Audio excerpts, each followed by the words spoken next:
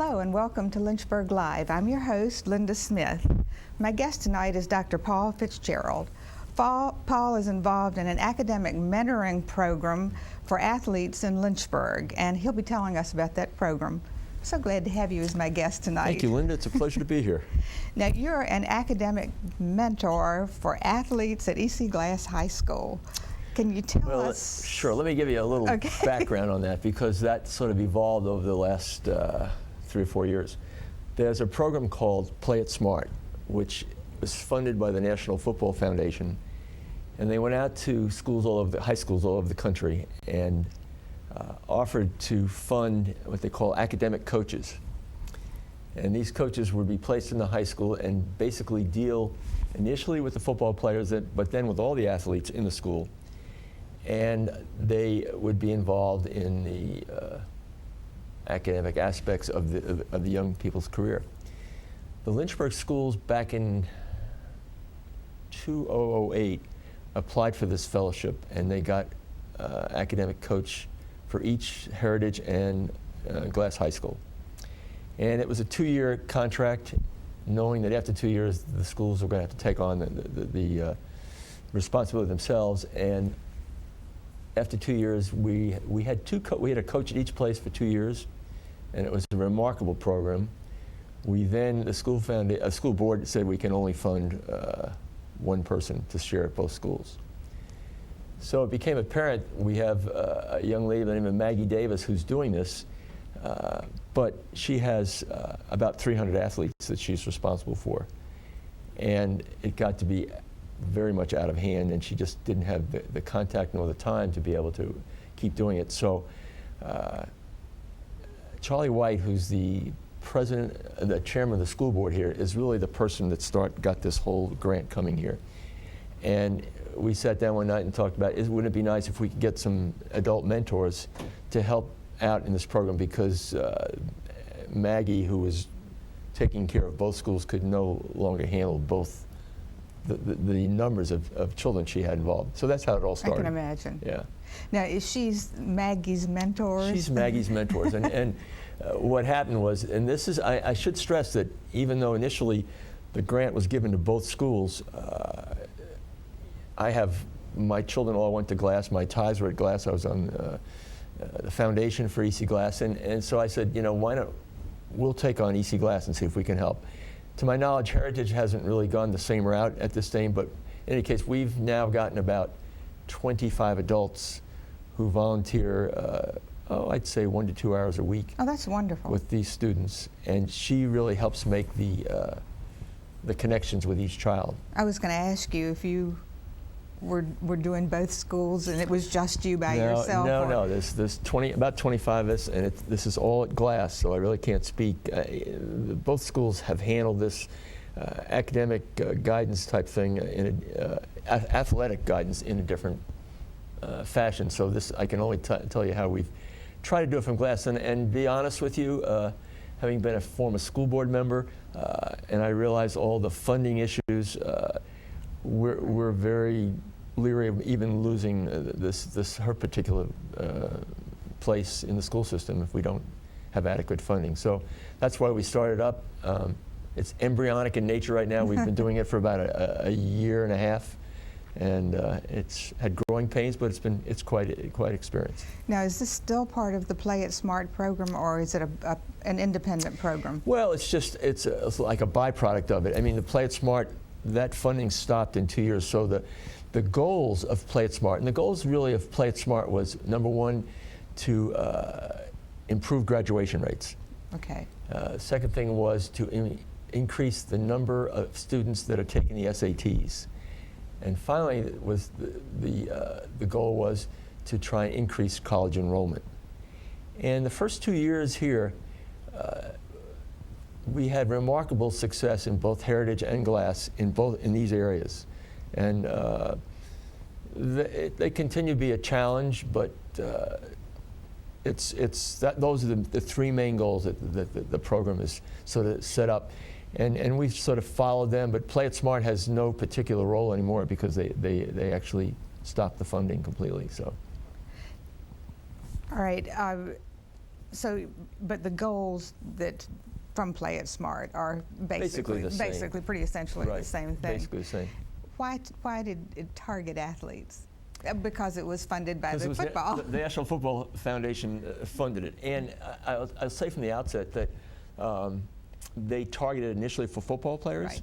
and then it became very obvious, particularly at the high school level, that a number of the players were not only playing football but playing other sports, and then we also realized the value that it was had for these athletes, so that we said, why not? If once the football season's over, why don't we look at the basketball or the soccer or whatever might be involved? So that's been a byproduct of it. That was going to be my next question. Sure. Was, are you also targeting other athletes?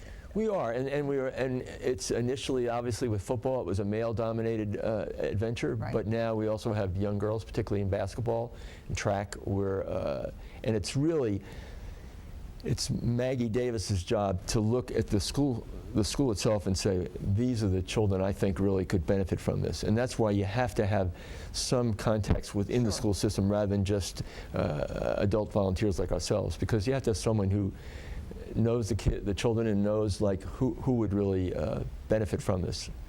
Has the program been around long enough to get statistics or to see?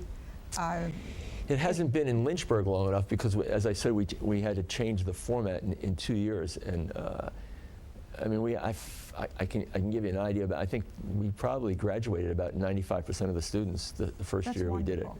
And we had college enrollment, well, we had college applications, I think, for at least, 75% of the students.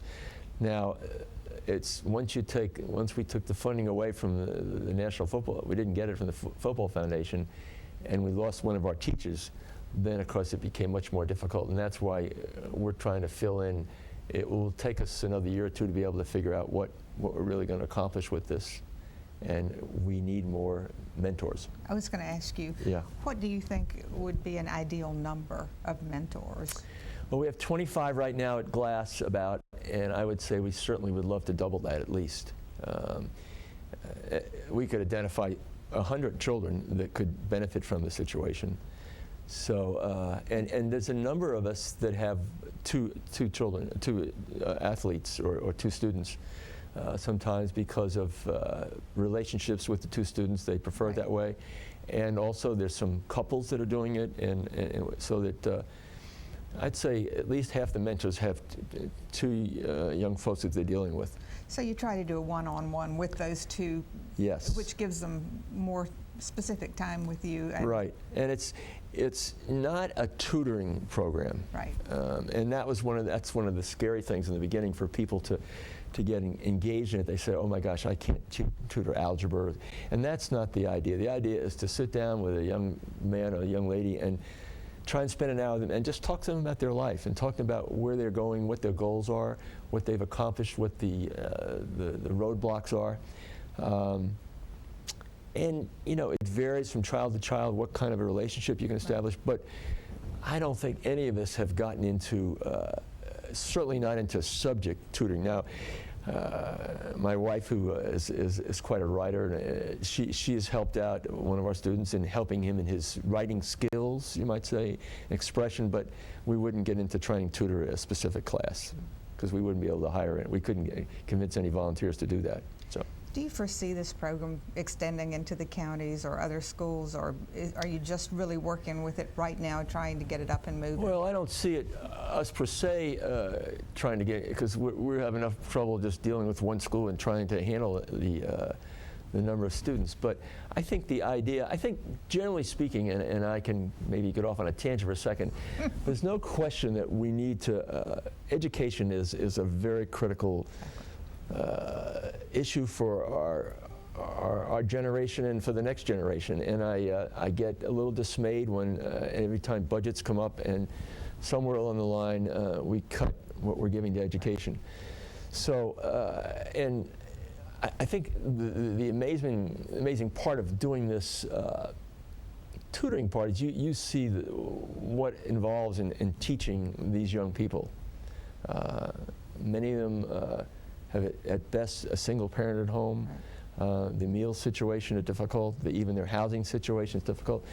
So that, I think for the other schools to be looking at that, yeah, I think it's something that people will gravitate into, utilizing volunteers in this situation. Yeah, I think. It has to be a tremendous help to these kids to have somebody take a personal interest in them Right. and their future, and to genuinely want to help them. Right. When, Well, I mean, they probably don't get that. Right. Just to give you an example, we had, I think, half the boys that we were mentoring acknowledge that basically no one comes to see them play a football game on a Friday night. Oh, that's really sad.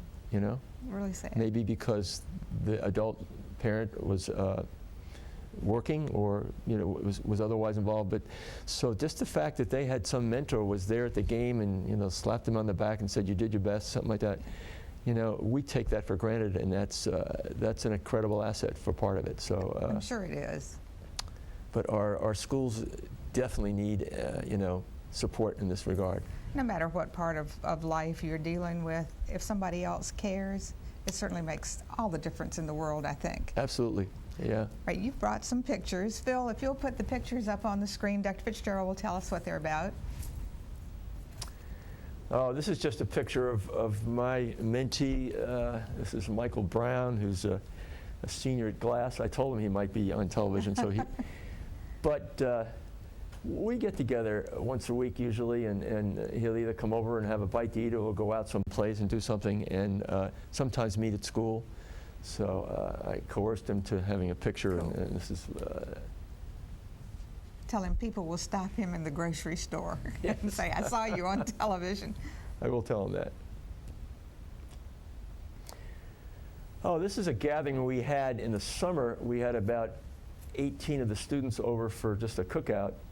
A little boy in the front, that's actually Charlie White's son who was helping. But it was just a chance for us to socialize with the kids and let them interact. And we get the mentors together as a group probably about once every 2 to 3 months just to sit down and talk among ourselves about where we're going. And then probably 2 or 3 times a year we'll have a gathering like this and just interact with them. This shows that you care too. Exactly. It's a good experience. That you want to interact with them. You're not just there as a school, judgmentally. right, Yes, right. exactly. Yeah. If we have any others that we. Oh, this is some more. This is a hungry crowd, and we thought we had a lot of food, but they did justice to it. And in the back there is a blonde-headed lady. That's I see her. Nikki White, and she is a remarkable young lady. She's married to Spence White, who runs the theater department at Jefferson Forest, but she was in charge of the cast of the show, The Lion King, for 10 years in New York. Wonderful. Before she came here. So she has a wonderful rapport. She's also in the cake making business and made all kinds of cakes for these kids with That's all kinds cool. of glass designs and stuff. And they're mostly, I should get on this. The issue of most of the young men in the beginning were juniors and seniors, which was fine, but way too late. And ideally, we probably should have a mentoring program in the middle schools. That's what I would. And have it then move on and we have a couple of examples of one or two of these young boys have a younger brother, and we've taken on mentoring their younger brother, and it's been an incredible experience for the mentors, a much more satisfying maybe because you start a little bit younger age and you have much more of an influence. So as I said, most of these other folks, the boys are juniors or seniors in high school, and I just wish we'd gotten to know them 5 years earlier, Right, I'm going to switch tracks a little bit, Okay, but we're sure. going to stay in the same rail yard, okay? Okay, sure. What is the Lynchburg Beacon of Hope program? Oh, wow, okay. About 4 years ago, Lynchburg had a racial dialogue community effort. And they broke up the city, and we probably had 600 people participate in study groups, in groups of 10 or 12. And then they made recommendations. These groups would meet for, I think, 12 sessions, and then they would make recommendations. And in different areas. And one of the areas was education. And believe it or not, one of the study groups was given the idea of, couldn't we create a scholarship program for children in the community? And the benchmark or the place that had done it dramatically originally was Kalamazoo, Michigan. And their community got to the point where every child in the community got scholarship support that needed it to go to college. If they could qualify to go to college, it was in the state of Michigan that they did it. So that was called, and that was one of the beginning PromiseNet programs in the country. And now there are, probably 50 PromiseNet programs throughout the country. Pittsburgh and Denver are two of the most very dramatic programs where a community has gotten behind and done major support for students who want to go to college but haven't had the financial wherewithal. So the study group was given, we took on the charge, and I have to admit I was a bit of a naysayer when it started, that we were going to consider, is there any way we could set up a PromiseNet program in Lynchburg? And we've now met for probably over a year at least, talking about it and trying to, we've had some of our members go to Pittsburgh and to Denver and out to Arkansas and to Michigan to try and learn how these other places are handling it. And we're calling our program here the Lynchburg Beacon of Hope, so that's where the title comes from. And you're specifically involved how? Well, I'm on the board of it. I was in this study group to start with that got this assignment. And then we've been in a larger study group that did it for about a year. And most recently, we formed a board of directors, which I'm a member of. And there's Laura Hamilton, who's the director of it, who's a fabulous young lady in the community. And she's taken on this chore of putting this project together. And it's just beginning, but it basically has three components. And one is the component of scholarships. And the more we've spoken of this, and we've probably met 30 times talking about this issue, we don't feel like we initially could ever come to the point where we could guarantee a scholarship for every child in this community. But we'd like to feel that eventually we could at least offer financial help to a child who needed help to go to college. I hate to interrupt you, No, but what please. specific groups are targeted with this program, or are there specific groups? Well, there are basically the first generational, in other words, the first generation of college students in a family. That would definitely, in other words, no one has ever been to a college before. And certainly the other group would be people who could not afford to go. I mean, that would be the target area to start. Right. Ultimately, we would then like to be able to enlarge it to the middle class or whomever we can raise enough funds for. But it's not just for college. I mean, it's for postgraduate studies. That's right. Really the main thing. And it would be sometimes for just training in carpentry or like a technical school. Technical schools. You might have it also for a 2-year college where someone would get an associate degree, right, or a 4-year. So it's the basic thing is, and the idea of the whole program is to getting the community thinking about education and education beyond high school. So the first thing you have to first look at and say, how are we doing about our high school kids, and are they all graduating? And you may recall that President Obama last couple of weeks ago announced that maybe we ought to consider having all our kids go to school until they're 18 years old. Not a bad idea, actually. The youth is the future. It is, exactly. And if you have poor graduation rates, and if you have kids who are leaving school when they're 16, then the chances of them becoming economically successful are not very good. So that's one of the main goals. But the goals of this Beacon and the PromiseNet in general is a scholarship thing.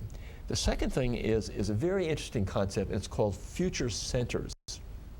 And those are basically a form of a guidance department in each high school. Obviously, all our high schools have guidance departments. I don't know if you've ever visited a guidance department in a high school. I have. The workload is unbelievable. So they do a tremendous job, but there is no way. They may have 300 to 400 children that one person is responsible for, and how they can sit down and go over academic records and then go over financial records and plan for futures. There's no way they can do it. So the idea is in these communities that have done this program, they've set up future centers, which are like in the high school.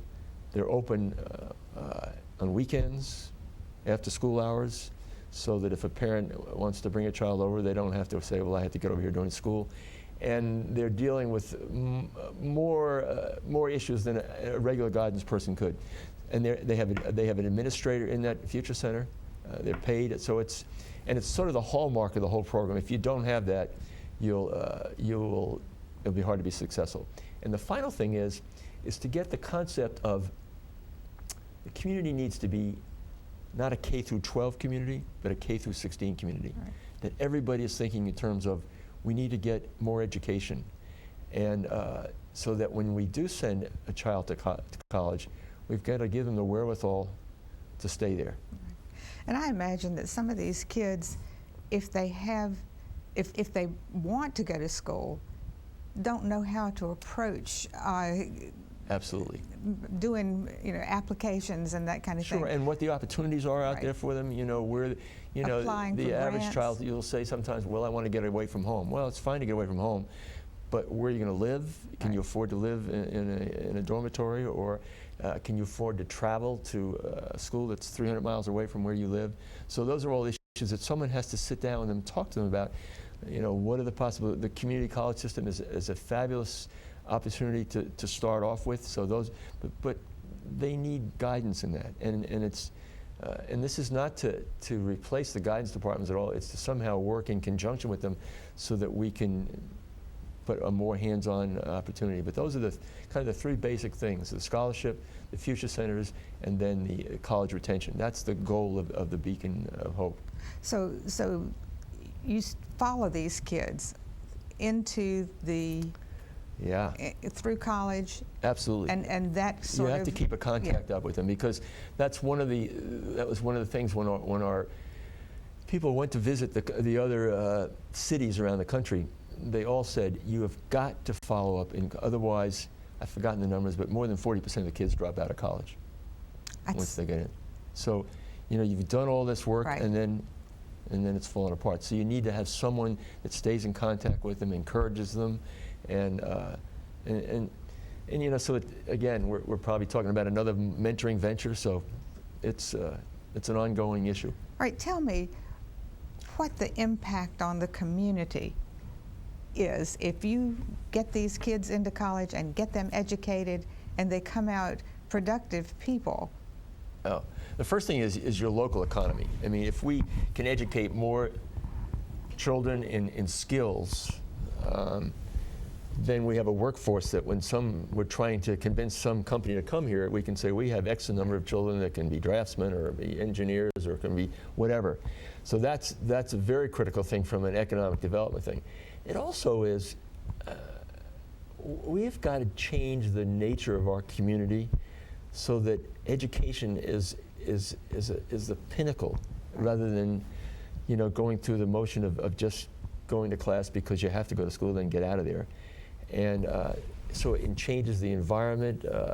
It makes it more attractive for people to move here. So it has tremendous economic development. And plus it has this kind of esprit de corps, the feeling within the community that we're proud of something that we do.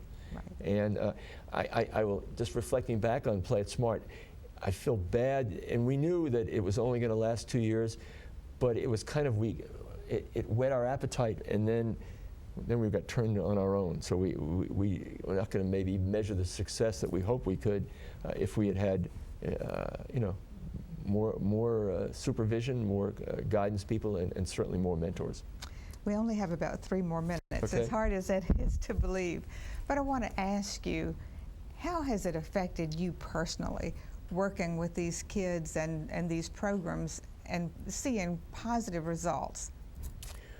Well, You know, there's this, any of us that have had children, and in my situation, my children are all away, so it's a chance to sort of reinvigorate my relationships with younger people. So there's no question about the fact that it's very enjoyable. It's very eye-opening. I mean, I think we all live in our own little surroundings and forget about circumstances that other children are growing up in, or so that it gives you a chance to understand the obstacles that they're sometimes going through. And the other thing that happens right away is that when the mentors get together, we can't be 100% successful. We have a couple of situations where, you know, you knock your head against the wall and say, I don't know how to do this. You know, I'm an amateur and I'm doing my best. But it's a tremendous satisfaction just to see. Be involved with young people again. Well, I think it's wonderful what you do. Well, thank you. And you know, I was really glad to hear about this program, and I thank you for coming. Well, you're welcome. It's good to be here. It's great to be here. Good to have you. Thank you. I hope you've enjoyed tonight's show. Lynchburg Live will be making a trip to Roanoke, covering the Mysticon Science Fiction Convention for my next show. Stay tuned. I know you don't want to miss that. Thank you for watching. Have a wonderful evening. Good night.